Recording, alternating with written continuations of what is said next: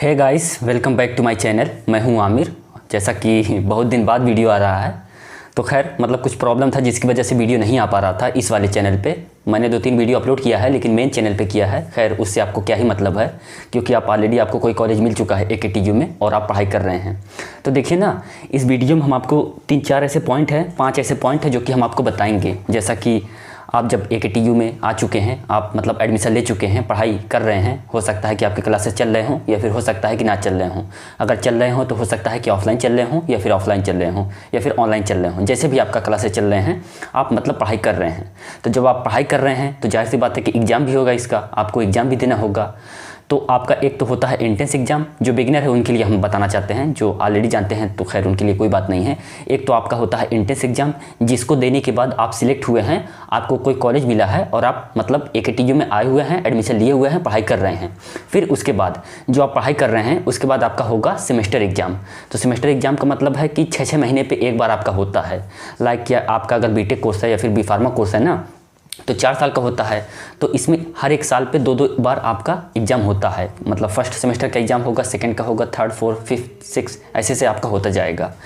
तो देखिए, जो आपका फर्स्ट सेमेस्टर का एग्ज़ाम होने वाला है, जैसा कि आप बिगिनर होंगे, आपको उसके बारे में कुछ भी नहीं पता है कि AKTU का जो एग्ज़ाम होता है, स्पेशली जो फर्स्ट सेमेस्टर का एग्ज़ाम होता है या फिर फर्स्ट ईयर का एग्ज़ाम होता है। फर्स्ट ईयर में आपका फर्स्ट सेमेस्टर और सेकंड सेमेस्टर दोनों का एग्ज़ाम आ जाता है। तो उसमें मतलब क्या क्या चीज़ें होती हैं, क्या क्या चीज़ें आपको फॉलो करनी होती हैं, ये तो आपको बिल्कुल भी पता नहीं होगा कैसे होता है, क्या होता है। तो इस वीडियो में हम आपको बताने वाले हैं 5 ऐसे इंपॉर्टेंट पॉइंट के बारे में, जो कि अगर आप फॉलो करेंगे, जो कि आपको जाननी चाहिए अगर आप बिगिनर हैं, अगर आपको कुछ भी नहीं पता है तो। जिसमें से नंबर वन क्या होता है ना, कि जब भी आपका मतलब सेमेस्टर एग्ज़ाम होगा, फर्स्ट सेमेस्टर एग्ज़ाम जब भी आपका होगा, अब आप ये मत पूछिएगा कि कब होगा, क्योंकि अभी डेट नहीं आया है। लेकिन उम्मीद यही है कि जो आपका फर्स्ट सेमेस्टर का एग्ज़ाम होगा वो अप्रैल से लेकर मई के महीने में होगा। AKTU फर्स्ट सेमेस्टर एग्ज़ाम जो होगा इस बार 2021 में, वो लगभग अप्रैल के लास्ट वीक से लेकर के मई के फर्स्ट वीक से स्टार्ट हो जाएगा, ऐसा उम्मीद है। और अभी डेट नहीं आया है। अगर आया भी है तो मुझे पता नहीं है। अगर आप जानते हैं तो कमेंट करके बताइएगा, ताकि उसके बारे में और रिसर्च करके हम वीडियो ला सकें। तो देखिए, जो आपका फर्स्ट सेमेस्टर का एग्ज़ाम होगा AKTU का ना, तो उसमें कैलकुलेटर अलाउड होता है। मतलब कैलकुलेटर, मतलब एक कैलकुलेटर होता है कैसियो का या फिर किसी भी और भी कंपनी का, तो वो अलाउड होता है। अब ऐसा भी नहीं है कि अलाउड होता है तो हर एक सब्जेक्ट के लिए होता है, नहीं। कुछ ऐसे एक पर्टिकुलर सब्जेक्ट होते हैं आपके BTech कोर्स में या फिर B.Pharma में या फिर किसी और कोर्सेज में। कुछ ऐसे एक पर्टिकुलर सब्जेक्ट होते हैं कि जिनके क्वेश्चन आप तभी कर पाएंगे जब आपके पास कैलकुलेटर होगा। मतलब इस बार भी हम लोग भी मतलब जो BCA कोर्स कर रहे हैं ना, हम लोग का भी मतलब इस बार एक सब्जेक्ट है न्यूमेरिकल एप्टीट्यूड करके, जिसको न्यूमेरिकल मेथड भी बोलते हैं। तो उस सब्जेक्ट में क्या है ना, कि उस सब्जेक्ट को देने के लिए एग्जाम में कैलकुलेटर अलाउड होगा, ऐसा इस बार हम लोग का है। मतलब 5th सेमेस्टर में BCA में। वही सेम आपका मतलब BTech में भी होता है कि कैलकुलेटर अलाउड होता है, लेकिन हर एक सब्जेक्ट के लिए नहीं होता है।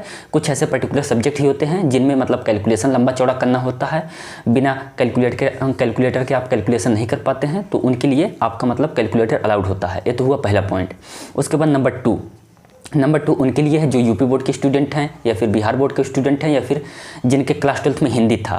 तो देखिए, आप जान लीजिए, आपको शायद पता भी होगा या फिर हो सकता है कि शायद पता ना हो, कि आपका जो एग्ज़ाम होगा ना, फर्स्ट सेमेस्टर का एग्ज़ाम जो आपका होगा BTech का, B.Pharma का या फिर किसी भी कोर्स का, उसमें A to Z इंग्लिश में होगा। मतलब आपका क्लास 12 तक हिंदी में था, वो अब आप भूल जाइए, वो गया। अब आपका आगे जितने भी आपके एग्ज़ाम होंगे, जो कुछ भी आपका होगा, वो इंग्लिश में होगा। A to Z आपका इंग्लिश में होगा। आपके प्रैक्टिकल भी इंग्लिश में होंगे, आपके सेशनल एग्ज़ाम भी इंग्लिश में होंगे। आप जो एग्ज़ाम देने जाएंगे ना, उसमें जो क्वेश्चन पेपर आएगा वो भी इंग्लिश में होगा। उसका जो आपको सोल्यूशन लिखना होगा, जो आपको आंसर लिखना होगा, वो भी इंग्लिश में होगा। ये तो हुआ नंबर दूसरा पॉइंट। फिर उसके बाद नंबर तीसरा, इसमें ऐसा भी होता है ना, जिस तरीके से आपके क्लास 10th में होता था, क्लास 12th में होता था, बोर्ड के एग्ज़ाम में होता था, कि अगर आप मतलब कोई क्वेश्चन करते थे, उसका सॉल्यूशन लिखते थे और कम लिखते थे या फिर गलत लिख देते थे या फिर लिखते ही नहीं थे, तो उस पर आपको नंबर नहीं मिलता था। और ऐसे ही करते करते जब आप कई क्वेश्चन नहीं कर पाते थे, कई क्वेश्चन गलत कर देते थे या फिर कई क्वेश्चन में कम लिखते थे, तो उसमें आपका मतलब एक नंबर होता है, एक मतलब हर एक सब्जेक्ट में आप एक मतलब पर्टिकुलर नंबर होता है, कि अगर उतने नंबर से ज़्यादा आप नंबर लाएंगे तो उस सब्जेक्ट में आप पास हो जाएंगे, नहीं तो आप फेल हो जाएंगे। वही सेम चीज़ आपका AKTU में भी होता है, BTech में भी होता है, B.Pharma में भी होता है, या फिर और भी जितने सब्जेक्ट हैं AKTU में, उसमें भी होता है कि मतलब पर्टिकुलर नंबर होता है। उतने नंबर के ऊपर अगर आपका रहेगा तभी जाके आप पास होंगे, नहीं तो नहीं होंगे। अब आप पूछेंगे कि कितना नंबर रहेगा, तो ये अभी मैंने सर्च नहीं किया हुआ है, क्योंकि पहली बार मैं भी, ये जो चैनल है पहली बार क्रिएट हुआ है, पहली बार मैं भी AKTU सेमेस्टर एग्जाम के बारे में बताने वाला हूँ, तो पहले सर्च करूँगा प्रॉपर तरीके से, तब आपको बताऊँगा। अभी आपके पास प्रॉपर टाइम है तो आपको टेंशन लेने की जरूरत नहीं है। तो उस पर्टिकुलर नंबर से ऊपर जब आपका नंबर रहेगा ना, तभी जाके आप उस सब्जेक्ट में पास हो पाएंगे, नहीं तो आप फेल हो जाएंगे। अगर आप कम लिखते हैं या फिर गलत लिखते हैं या फिर बिल्कुल लिखते ही नहीं हैं अपने किसी सब्जेक्ट में, तो आपका बैक लग जाएगा, आपका बैक लगता है। ये तो आपका हो गया नंबर 3। उसके बाद नंबर 4, आपके बीटेक में या फिर B.Pharma में या फिर किसी और कोर्स में AKTU में 2 एग्ज़ाम होते हैं। एक तो होता है मेन एग्ज़ाम या फिर जिसको थ्योरेटिकल एग्ज़ाम बोलते हैं ओ, या फिर इसी को एक्सटर्नल एग्ज़ाम बोलते हैं। ये एग्ज़ाम क्या होता है कि ये मेन एग्ज़ाम आपका होता है। इसको देने के लिए आपको मतलब जैसे क्लास 10th क्लास 12th में आप क्या करते थे बोर्ड एग्ज़ाम में कि आपको मतलब एडमिट कार्ड मिलता था, उस पे मतलब सेंटर होता था कि हाँ इस सेंटर पे जाके इस कॉलेज में इस स्कूल में जाके आपको एग्ज़ाम देना है, मतलब कहीं और आपको जाना पड़ता था।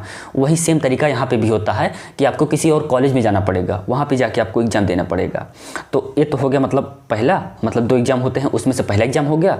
और जो आपका दूसरा एग्ज़ाम होता है वो होता है मतलब इंटरनल एग्ज़ाम या फिर प्रैक्टिकल एग्ज़ाम या फिर सेशनल एग्ज़ाम, मतलब जो आपके खुद के कॉलेज में ही होता है। उसमें क्या रहता है कि मतलब इसमें कई सारी चीज़ें मायने रखती हैं। उसमें मतलब थोड़ा बहुत एग्ज़ाम भी आपका ले लेते हैं और एग्जामिनर आते हैं, मतलब आपका वाइवा होता है, ये सभी चीज़ें होती हैं।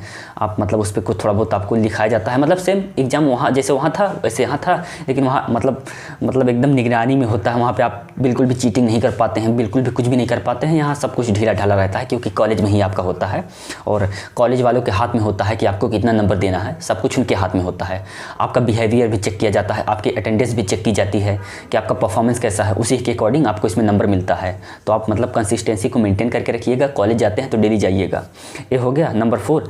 उसके बाद नंबर 5 क्या होता है ना कि मतलब मैं श्योर नहीं हूँ, लेकिन इतना तो मतलब एक्सपीरियंस से आपको कह ही सकता हूँ कि AKTU में अगर आप मतलब AKTU में पढ़ाई कर रहे हैं और उसमें अगर आप किसी भी कोर्स में एग्ज़ाम देने वाले हैं फर्स्ट सेमेस्टर में, तो उसमें कम से कम आपको 3 सब्जेक्ट में पास होना होता है। अगर आप कम से कम 3 सब्जेक्ट में पास होंगे तभी जाके मतलब आप मतलब पास माने जाएंगे, नहीं तो फिर आपका पूरा का पूरा ईयर बैक लग जाता है। ऐसा कुछ सिस्टम होता है। इसके बारे में भी पूरी की पूरी मतलब अभी सर्च करना है, जानकारी लेना है।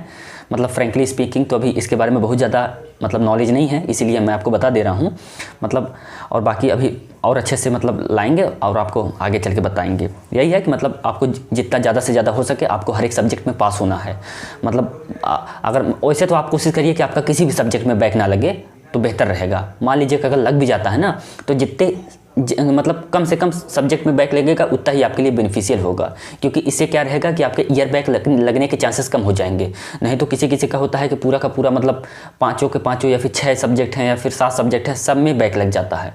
तो उस कंडीशन में उनका ईयर बैक लग जाएगा, तो उसके लिए उनको फिर बैक का एग्जाम देना पड़ेगा। ऐसा वैसा कुछ होगा, आगे हम आपको बताएंगे, डिटेल्स में बताएंगे, नहीं तो फिर वीडियो लंबा हो जाएगा, ऐसा कुछ हो जाएगा। चलिए ठीक है, ये 5 ऐसे पॉइंट थे जो कि हम आपको बताना चाहते थे। मिलते हैं अगले वीडियो में, तब तक के लिए गुड बाय।